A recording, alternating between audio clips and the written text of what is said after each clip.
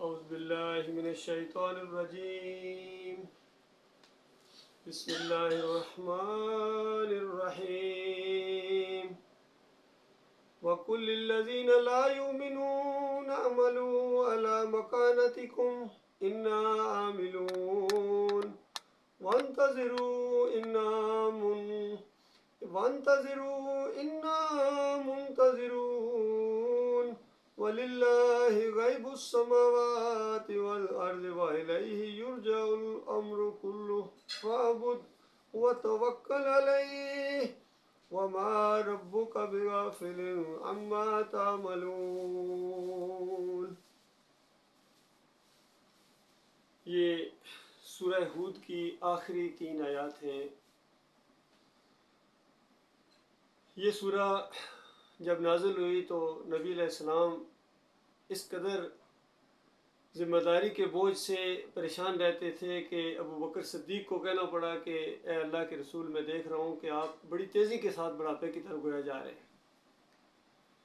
فرمایا ہاں ابو بکر، اس سورہ ہود نے اور اس جیسی مضامین کی دوسری صورتوں نے گویا مجھے بوڑھا کر دیا ہے، کیونکہ ان کے اندر جو مضامین بیان ہوئے ہیں وہ اس انداز سے ہیں کہ گزشتہ قوموں کا ذکر ہے، انبیاء کی دعوت ہے، قومیں نہیں مان رہی ہیں اور پھر اللہ کا عذاب آتا ہے ان کے اوپر، اور بالکل وہی صورتحال بن گئی ہے۔ اللہ کے آخری نبی محمد صلی اللہ علیہ وآلہ وسلم ایمان خالص کی دعوت دے رہے ہیں، مسالے دے دے کر سمجھا رہے ہیں، لیکن قوم نہ صرف کہ ماننے کے لیے تیار نہیں ہے بلکہ مخالفت کرتی ہے اور اپنے اندر سے نکالتی ہے کہ یہ بات نہ کہو، باقی ساری باتیں آپ کی ہم سننے کے لیے تیار ہیں، یہ بات ایمان خالص کی بات، توحید کی بات، اور یہ کہ باپ دادا جس طریقے کے اوپر تھے وہ بالکل غلط طریقہ تھا، وہ جہنم کا ایندھن بن گئے، اور اب یہ بات یہاں تک پہنچا دی گئی کہ ہمیں بھی کہا جا رہا ہے کہ بڑے بڑے سردار ہیں،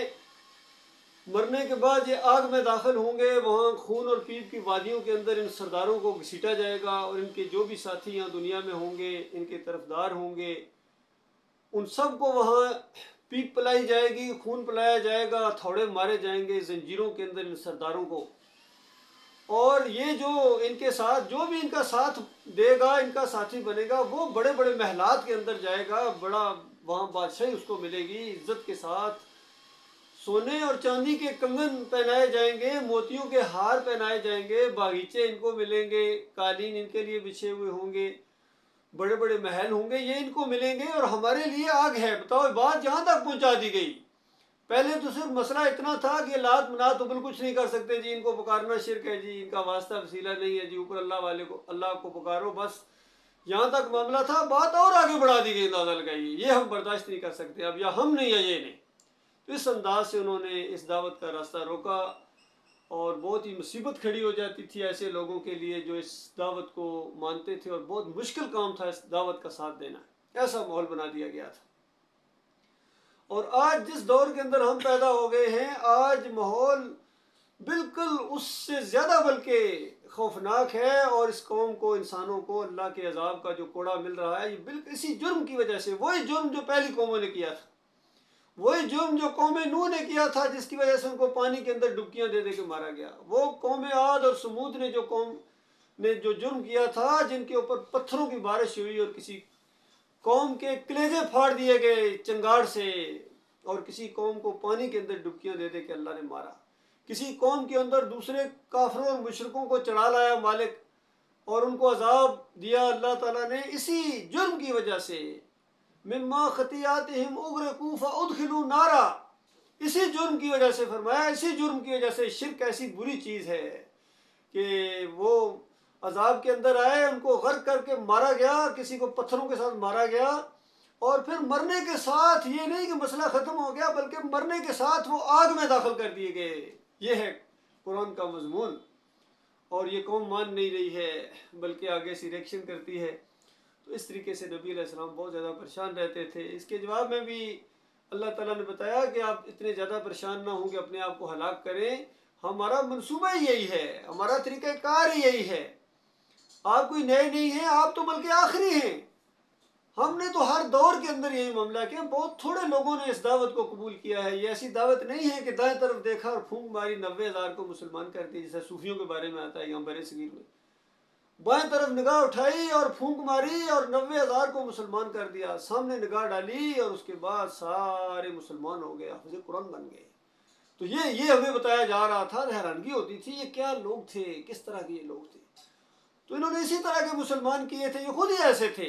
آج جو چمٹے بجانے والا دین، عرس اور میلے والا، واسطے وسیلے والا، یہ دمالے ڈالنے والا دین ہے، قبروں کو پکا کرنا اور اس کے اوپر عمارتیں بنانا، گنبد بنانا، مزار بنانا، عرس اور میلے کرنا، پیری مریدی کرنا، تعویذ گنڈا کرنا، یہ ان کا دین تھا، ان صوفیوں کا دین تھا۔ سب اسی دین کو پھیلاتے رہے، باقی اسلام کو تو مانتے ہی نہیں تھے۔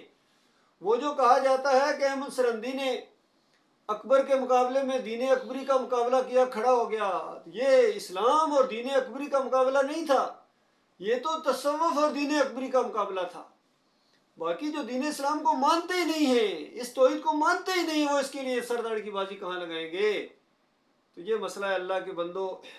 یہ اس سورہ کے آخری اس رکوع کے اندر گویا پوری سورہ کا اور پورے دین کا خلاصہ بیان کیا گیا ہے۔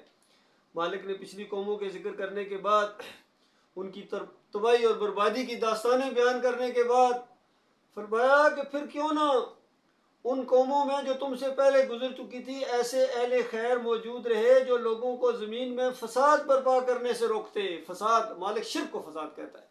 قل سیروا فی الارض فانظروا کیف کان عاقبۃ الذین من قبل کان اکثرهم مشرکین۔ اس طرح فرمایا ظہر الفساد فی البر والبحر بما کسبت ایدی الناس، کہ پچھلی قوموں کے اندر جو یہ اللہ کے عذاب کے کوڑے برسے، مالک فرماتا ہے انہوں نے زمین پر فساد برپا کیا تھا، خشکی اور تری کے اندر، اور چل پھر کر دیکھو ان کو ہم نے کیوں تہس نہس کیا تھا۔ ایک جرم تھا، کان اکثرهم مشرکین، جب اکثریت مشرک بن جاتی ہے، اکثریت شرک کرنا شروع کر دیتی ہے اللہ کے ساتھ، پھر اللہ کے عذاب کا کوڑا حرکت میں آتا ہے۔ آج بھی یہی معاملہ ہے، اور مالک فرماتا ہے کیوں نہ رہے ایسے جو ان کو شرک سے روکتے۔ اگر شرک سے روکتے تو آج یہ حال نہ ہوتا، بلکہ شرک کی اور تھپکی دیتے ہیں۔ ہر دور کے اندر صوفیوں نے شرک کو پروموٹ کیا۔ اگر یہودیوں نے کہا کہ ہمارے عزیر اللہ کے بیٹے ہیں، تو جو بعد میں آئے عیسائی، انہوں نے کہا ہاں وہ ہیں، لیکن اصل مسئلہ یہ ہے کہ جو ہمارے عیسیٰ ہیں وہ تو اکلوتے بیٹے ہیں۔ اس طرح انہوں نے نیلے کے اوپر دہلا ٹھوکا، اور یہ آخری امت آئی بجائے اس کے کہ ان دونوں کو منع کرتے، حالانکہ نبی علیہ السلام لعنت بھیج کے گئے ہیں ایسے لوگوں کے اوپر۔ لعن اللہ الیہود والنصارى اتخذوا قبور الانبیاء والصالحین مساجدہ۔ اللہ کی لعنت یہودیوں کے اوپر اور عیسائیوں کے اوپر، انہوں نے اپنے انبیاء اور صالحین کی قبروں کو پوجا ہے، تو ان کو اللہ کے ساتھ شریک ٹھہرایا، محبت کا نام دیا کہ ہم محبت کے اندر دیوانے ہو گئے ہیں۔ اس محبت کو اللہ شرک کہتا ہے۔ مالک فرماتا ہے ایسے ہیں جو اللہ کے علاوہ دوسروں سے اس طرح کی محبت کرتے ہیں جس طرح کی محبت اللہ سے کرنی چاہیے، اور کاش ان ظالموں کو معلوم ہو جائے کہ جب ان کے اوپر عذاب کا کوڑا یہاں بھی اور وہاں بھی برسایا جائے گا تو ان کو بالکل پتہ چل جائے گا کہ ساری کی ساری قوت اور ساری کی ساری طاقت اللہ رب العالمین کی ہے، اور جن کو یہ مانتے رہیں کہ یہ ہمارے داتا ہیں، یہ دستگیر ہیں، یہ مشکل کشا ہیں، یہ حاجت روا ہیں، یہ بگڑی بناتے ہیں، یہ غریب نواز ہیں، غوث ہیں اور غوث العظم ہیں، ایسے ایسے القاب انہوں نے دیے تھے، تو ان کو بالکل یقین آ جائے گا کہ ان کے پلے تو کچھ بھی نہیں تھا۔ حالانکہ مالک بتا چکا ہے کہ ایک مکھی نہیں پیدا کر سکتے، مکھی ان کے خردے سے کوئی چیز لے کے اڑے تو وہ اس کو واپس نہیں لا سکتے ہیں۔ کھجور تو کیا، گٹھلی تو کیا، اس کے اوپر جو ایک چھلکا ہوتا ہے جس کو کتمیر کہتے ہیں، یہ اس کے بھی مالک نہیں ہیں۔ تو بتاؤ ایسوں کو پکارتے ہو، ایسے ناتوا، ایسے کمزور جن کے معبود ہوں، تو ان کے پیچھے چلنے والوں کی کمزوری کا آپ خود ہی اندازہ لگا لیجیے۔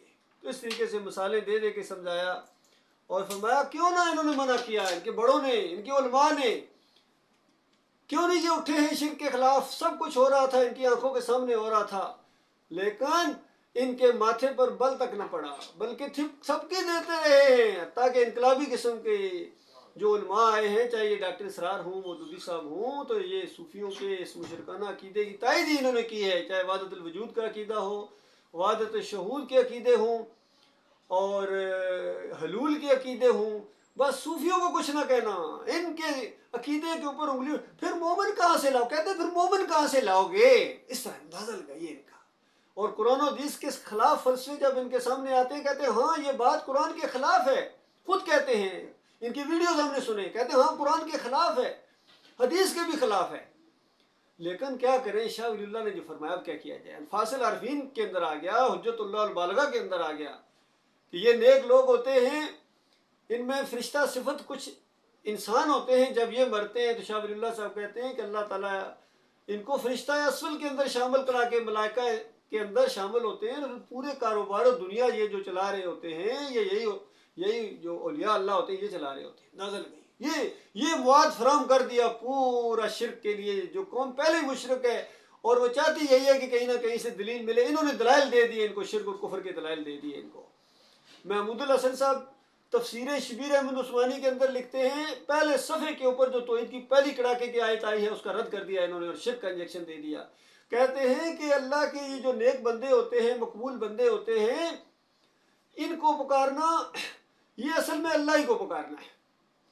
جلد دوم دعوت القرآن کے اندر محمد عریف نے لکھ دیا کہ پورے خاندان نے یوسف علیہ السلام کو سجدہ کیا تھا اور یہ دراصل سجدہ اللہ ہی کو سجدہ تھا. اندازہ لگا اس طرح ان سر پھروں نے اور ان سر مستوں نے اس طرح اللہ کی کتاب کو پیچھے کر کے اپنی چلائی ہے.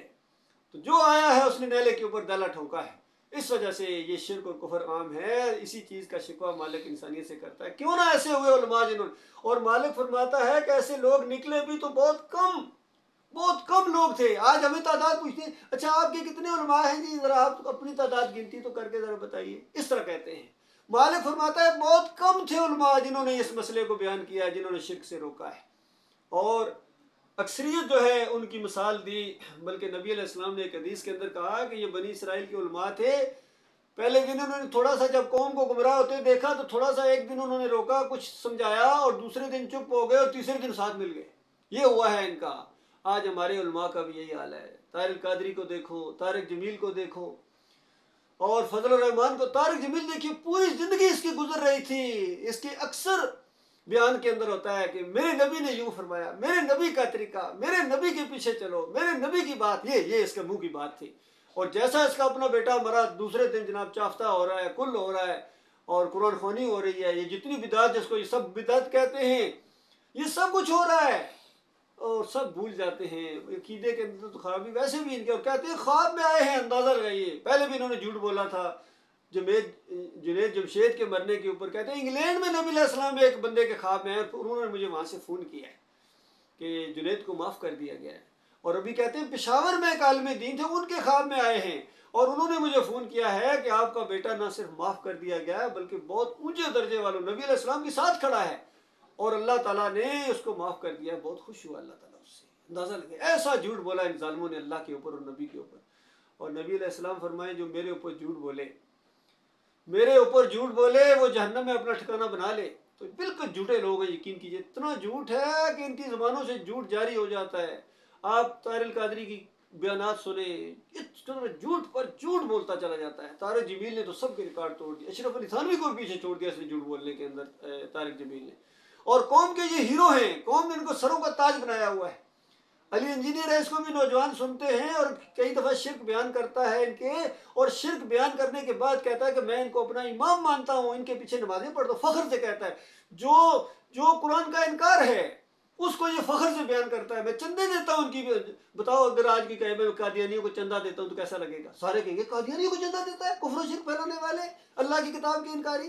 اگر کوئی کہے میں قادیانیوں کے پیچھے نمازیں پڑھتا ہوں اور خود میں نہیں ہوں قادیانی لیکن میں ان کے پیچھے نمازیں پڑھتا ہوں، تو بتاؤ کیا اس کی کیا سٹیٹس ہو؟ اس کو تو سمجھ گئے، اس مسئلے کو سارے سمجھ گئے، لیکن اس مسئلے کو نہیں سمجھے ہیں کہ بریلویوں کے پیچھے نمازیں پڑھنا، دیوبندیوں کے پیچھے نمازیں پڑھنا، اہل حدیثوں اور سلفیوں کے پیچھے نمازیں پڑھنا یہ اللہ کے غضب کو للکارنا ہے. کوئی اگر مومن ایمان ٹھیک کرنے کے بعد یہ حرکت کرتا ہے تو پھر وہ مومن نہیں ہے.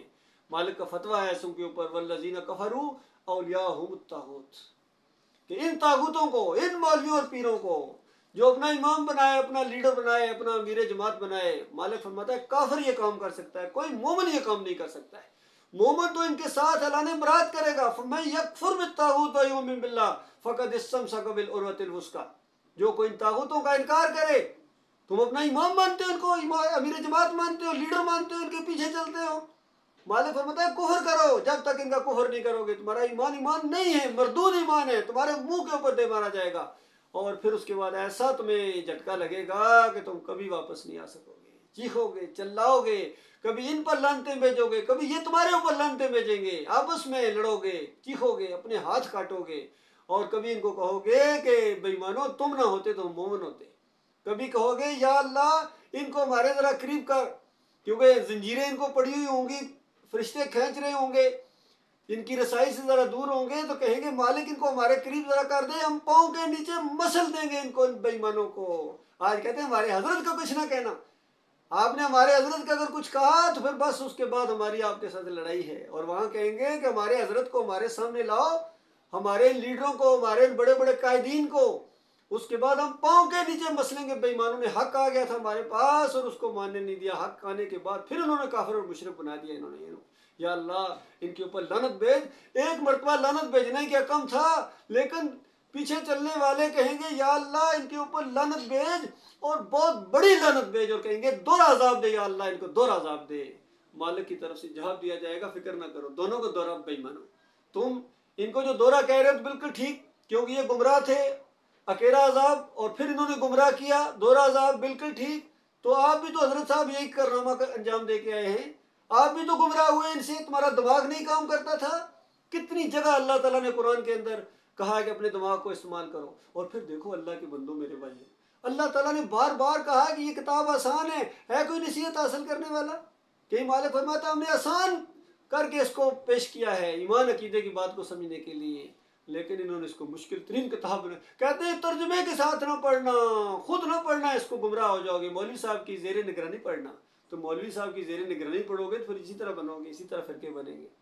تو مالک فرماتا ہے کہ ایسے لوگ نکلے، منع کرنے والے تو بہت کم، فرمایا جن کو ہم نے ان قوموں سے بچا لیا، یعنی جب قوموں پر عذاب آیا تو وہ جو منع کرنے والے تھے وہ بچے ہیں، دوسرے نہیں بچ سکتے ہیں، اور ظالم لوگ انہی مزوں کے پیچھے پڑے رہے جن کے سامان انہیں فراوانی کے ساتھ دیے گئے تھے، انہیں گم رہے اپنی دنیا کے اندر، کوئی ان کو آخرت کی پرواہ نہیں تھی، دنیا میں مست رہے اپنے گھر والوں کے ساتھ، کوئی نہ دین سیکھا انہوں نے، نہ دین کو پھیلایا انہوں نے، نہ جہاد کیا اللہ کے راستے میں، اور مجرم بن کر رہے۔ فرمایا تیرا رب ایسا نہیں ہے کہ بستیوں کو نہ حق تباہ کر دے، حالانکہ ان کے باشندے اصلاح کرنے والے ہوں۔ دیکھیے کیسی اصولی باتیں بیان ہو رہی ہیں۔ مالک فرماتا تمہارا رب ایسا نہیں ہے کہ وہ بستیوں کو تباہ کرے، نہ حق تباہ کرے۔ یہ جو بمباریاں ان کے اوپر ہو رہی ہیں، راکٹ پھینکے جا رہے ہیں، میزائل اور زلزلے اور طوفان، اور ان کو آپس میں بانٹ کر ایک کی طاقت کا مزہ چھکا رہا ہے مالک، اور ان کے اوپر ظالم، کافر اور مشرک اور کرپٹ قسم کے حکمران مسلط کر دیے گئے۔ یہ ایسے نہیں کیا اللہ تعالیٰ نے، یہ کوئی ظلم اور زیادتی نہیں ہوئی ہے، بلکہ عین انصاف ہوا ہے ان کے اوپر۔ فرمایا بے شک تیرا رب اگر چاہتا تو تمام انسانوں کو ایک گروہ بنا سکتا تھا۔ پھر زور دیا گیا اس بات میں، مالک فرماتا یہی منصوبہ ہمارا، حق سب کے سامنے آئے گا، اور ہر جگہ یہ کتاب پھیلی ہوئی ہے، ایک کتابی شکل میں، اور ایک آفاق و انفس کے دلائل ہیں۔ سورج کے نکلنے کو دیکھو کس طرح، چاند کے نظام، اور آج تو جدید سائنس کے ذریعے اور زیادہ چیزیں مائکرو ہمیں دکھائی جا رہی ہیں، تو پھر بھی انسانوں کو عقل نہیں کام کرے گی۔ کیسا مالک ہمارا رب ہے، کتنا دانا ہے، کتنا حکیم ہے، اس کو چھوڑ کر دوسروں کو پکارتے ہو، اس کو چھوڑ کر دوسروں کے رکوع اور سجدے کرتے ہو، کسی کو بیٹا کہتے ہو، کسی کو لاڈلا کہتے ہو، چہتا کہتے ہو، اور وہ اللہ جو پوری کائنات کا اکیلا مالک، اگر تم اس کے سامنے جھک جاتے، اس کو اپنا اکیلا معبود مان لیتے، تو بتاؤ کیا جاتا تمہارا؟ مالک زمین اور آسمان کی برکتوں کے دہانے تمہارے اوپر کھول دیتا، اس طرح کے وعدے تھے، لیکن انہوں نے جھٹلایا ہے۔ سب سے زیادہ دشمنی انہوں نے کی ہے تو اس ایمان عقیدے کی بات سے کی ہے، اس کو نہیں سننا چاہتے، باقی ساری باتیں سننے کے لیے تیار، جیسے ایمان عقیدے کی توحید کی بات کرو ان کی چہرے بگڑنا شروع ہو جاتے ہیں۔ یہ وہ جرم ہے جو مالک فرماتا ہے ناقابل معافی، اور مالک فرماتا ہے مگر اب تو مختلف طریقوں ہی پر چلتے رہیں گے، اور بے راہ روی سے صرف وہ لوگ بچیں گے جن پر تیرے رب کی رحمت ہے، جو مالک جن کو اپنا بنا لے گا، جن کے اندر کوئی خیر ہے مالک ان کو اپنی طرف کھینچے گا۔ فرمایا اسی لیے دیکھیں زور دیکھ، فرمایا اسی کے لیے یہ جو انتخاب ہے کہ چاہے سیدھا راستہ اختیار کرو، چاہے برا راستہ اختیار کرو، چاہے نیک لوگوں کے راستے پر چلو، نیک لوگوں کا راستہ قرآن کے اندر اللہ تعالیٰ نے دکھا دیا۔ نوح علیہ السلام کا راستہ بتاؤ کیا تھا، ابراہیم علیہ السلام کا راستہ کیا تھا، یونس علیہ السلام، داؤد علیہ السلام، موسیٰ علیہ السلام، سارے کے سارے کس طریقے سے اللہ کی توحید کے ماننے والے اور اللہ کی توحید کی بات کو پھیلانے والے تھے۔ کیا یہ دنیا دار قسم کے لوگ تھے، خیر آخرت کے ماننے والے، جنت کے چاہنے والے؟ فرمایا جس کا مرضی راستہ اختیار کرو، اسی انتخاب کے لیے تو آپ کو پیدا کیا گیا ہے، یہی پیدا کرنے کا مقصد ہے۔ فرمایا تیرے رب کی وہ بات پوری ہو گئی جو اس نے کہی تھی کہ میں جہنم کو جنوں اور انسانوں سب سے بھر دوں گا۔ جب ابلیس نے کہا تھا ان میں سے اکثریت میری پیروی کرے گی، میرے طریقے پر چلیں گے، میں دائیں سے بائیں سے آگے سے پیچھے سے ایسے ایسے خوشنما مال ان کے سامنے پیش کروں گا، تیری بات کی کوئی اہمیت نہیں ہوگی ان کے نزدیک، اور جنت اور آخرت کا کوئی، یہ خالص دنیا دار بنا دیے جائیں گے۔ اس انداز سے ہر وار ان کے اوپر کروں گا۔ اسی وقت مالک نے کہا کہ ان بندوں میں سے، آدم کے بچوں میں سے جو تیری پیروی کرے گا، تیرے پیچھے چلے گا، میں جہنم کو بھر دوں گا جنوں اور انسانوں سے، یعنی میں تعداد کی پرواہ نہیں کروں گا۔ اور سورہ یاسین کے اندر اسی بات کو ذرا دوسرے انداز سے بیان کیا، جب یہ جہنم کی طرف جا رہے ہوں گے، گروہ در گروہ پارٹیاں، بڑی بڑی جماعتیں جا رہی ہوں گی اپنے لیڈروں کی زیر نگرانی، تو اس وقت مالک ان کو روک کے ایک بات کہے گا، تمہیں نہیں کہا تھا آدم کے بچوں کہ شیطان کی بندگی نہ کرنا، یعنی شیطان کے راستے پر نہ چلنا، اور میری ہی بندگی کرنا، اور دماغ نہیں کام کرتا تھا؟ اس انداز سے بات کہی جائے گی، اور دماغ نہیں کام کرتا تھا تمہارا، تم میں سے ایک گروہ کو اس نے، عظیم گروہ کو اپنا ساتھی بنا لیا، چکھو مزے اب جہنم کی آگ کے، یہاں اتر جاؤ۔ یہاں بھی یہی بات کہی جا رہی ہے کہ میں جہنم کو بھر دوں گا۔ اور پھر نبی علیہ السلام کو مخاطب کر کے کہا گیا، اے نبی، یہ پیغمبروں کے قصے جو ہم تمہیں سناتے ہیں، یہ وہ چیزیں ہیں جن کے ذریعے سے ہم تمہارے دل کو مضبوط کرتے ہیں۔ اللہ کے بندوں، یہ قصے قرآن کے اندر بیان ہوئے ہیں، ان کے دو مقصد ہیں۔ یہ کوئی قصے کہانیاں نہیں ہیں کہ دل بہلانے کے لیے یا رات کو لوریاں سنانے کے لیے قصے سنائے جائیں، یا یہ درس کے اندر اگر کوئی واقعہ بیان کیا جائے تو بس ایسا ایک واقعہ ہے، نہ، اس کے اندر ایک بہت بڑی حکمت ہے۔ دو باتیں مالک فرماتا ہے ہم نے یہ اس وجہ سے کہ پہلی بات تو یہ کہ تمہارا دل مضبوط ہو، جو بھی اس راستے میں آتا ہے، ایمان کے راستے میں، توحید کے راستے میں، فلاح کے راستے کی طرف آتا ہے، نجات کے راستے کی طرف آتا ہے، جنت کے راستے پر چلنا چاہتا ہے، تو اس کا دل مضبوط ہو جائے کہ میں اکیلا نہیں ہوں، اس راستے میں اس سے پہلے انبیاء چلے ہیں، ان کے ساتھی چلے ہیں، انہوں نے بھی توحید کا نعرہ بلند کیا تھا کفر و شرک کے ماحول کے اندر، تو ان کے ساتھ کیا بیت گئی تھی۔ اس طرح دل مضبوط ہوتا ہے۔ اور دوسری بات فرمایا، ان کے اندر تم کو حقیقت کا علم ملا، اور ایمان لانے والوں کو نصیحت اور بیداری نصیب ہوئی۔ دوسری بات یہ ہے کہ اس کے اندر آپ کو ایک حقیقت کا علم ملا، آپ کو حقیقت بات پتہ چل گئی کہ سارے انبیاء اللہ کو سجدے کیا کرتے تھے، اللہ کو رکوع کیا کرتے تھے، اللہ پر بھروسہ کرتے تھے، توکل کرتے تھے۔ اللہ تعالیٰ نے ان کو مشکلات میں بھی ڈالا، ان کی درجات بلند کرنے کے لیے، ان کو مصیبتیں آئیں، ہلا مارے گئے، لیکن وہ ایمان سے نہیں ہٹے، انہوں نے کسی اور کے در کے سامنے جا کے ماتھے نہیں ٹیکے۔ آج کہتے ہیں عمران خان کا، کل میں نے وہ سنا، کہتے ہیں وہ شکر گائے جو ہیں بہت بڑے بزرگ گزرے ہیں، اس وجہ سے ان کے ماتھے، ان کے چوکھٹ پر جا کے میں نے وہ سجدہ نہیں کیا، وہ جا کے میں نے بوسہ دیا ہے، وہاں جا کے یہ معاملہ کیا ہے۔ یہ اللہ والے ہوتے ہیں، یہ شرک نہیں ہے۔ اس طرح وہ اللہ کے بندوں کو بتاؤ، ان نیک لوگوں میں سے، انبیاء میں سے، کبھی کسی نے کسی دوسرے کی قبر کے اوپر جا کے چوکھٹ کے اوپر بوسے دیے؟ ایسے لوگوں پر تو اللہ نے لعنت بھیجی تھی نبی کے ذریعے۔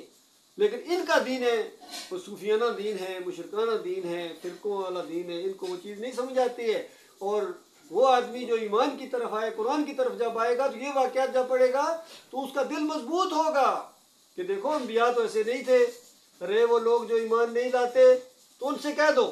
دیکھیے قرآن مخاطب ہے، کبھی براہ راست ایمانداروں سے مخاطب ہوتا ہے، یا ایھا الذین آمنو، اے میرے بندو، یا عبادی کہیں کہتا ہے من، یا کبھی یا ایھا الرسل کہہ کے رسولوں کو مخاطب کرتا ہے، اور یہاں ان کو مخاطب کیا جا رہا ہے کہ جو ایمان نہیں لاتے۔ فرمایا کہ ان کو کہہ دو کہ تم اپنے طریقے پر کام کرتے رہو اور ہم اپنے طریقے پر کام کرتے جائیں گے۔ نہ تم اپنے طریقے سے ہٹنے والے ہو، کفر و شرک چھوڑنے والے ہو، نہ تم چادریں چڑھانے سے منع ہوتے ہو، عرس اور میلے کرنے سے تم بھی منع نہیں ہوتے، فرقے بناتے ہو، فرقے در فرقے بناتے چلے جا رہے ہو، منع نہیں ہو رہے ہو۔ جمہوریت کا یہ مشرکانہ دین ہے، اس کے اندر بھی تم چل رہے ہو، سب کچھ کر رہے ہو، عرس کر رہے ہو، میلے کر رہے ہو، تعویذ گنڈے کر رہے ہو، اور کیا کچھ نہیں کر رہے ہو۔ اب کیا کیا جائے؟ تم منع نہیں ہوتے ہو، ٹھیک ہے کرتے رہو، تمہیں اس کا انجام عنقریب معلوم ہو جائے گا۔ اور ہمارا کام ہے تمہیں منع کرنا، دعوت اللہ کرنا، اس راستے میں جہاد کرنا، جان لگانا، مال لگانا، یہ ہمارا، ہم بھی پیچھے ہٹنے والے نہیں۔ تم کفر و شرک سے پیچھے جب ہٹنے والے نہیں ہو جس کا انجام جہنم کی آگ ہے، تو ہم ایمان کے راستے سے کس طرح پیچھے ہٹیں جس کا انجام جنت کی بہاریں اور جنت کی بادشاہی ہے۔ فرمایا تم اپنا کام کرتے جاؤ، ہم اپنا کام کرتے جائیں گے، انجام کار تم بھی انتظار کرو اور ہم بھی منتظر ہیں۔ آسمانوں اور زمینوں میں جو کچھ چھپا ہوا ہے سب اللہ کے قبضہ قدرت میں ہے، اور سارا معاملہ اسی کی طرف رجوع کیا جاتا ہے۔ غور کرو، یہ بھی آج عقیدہ ہے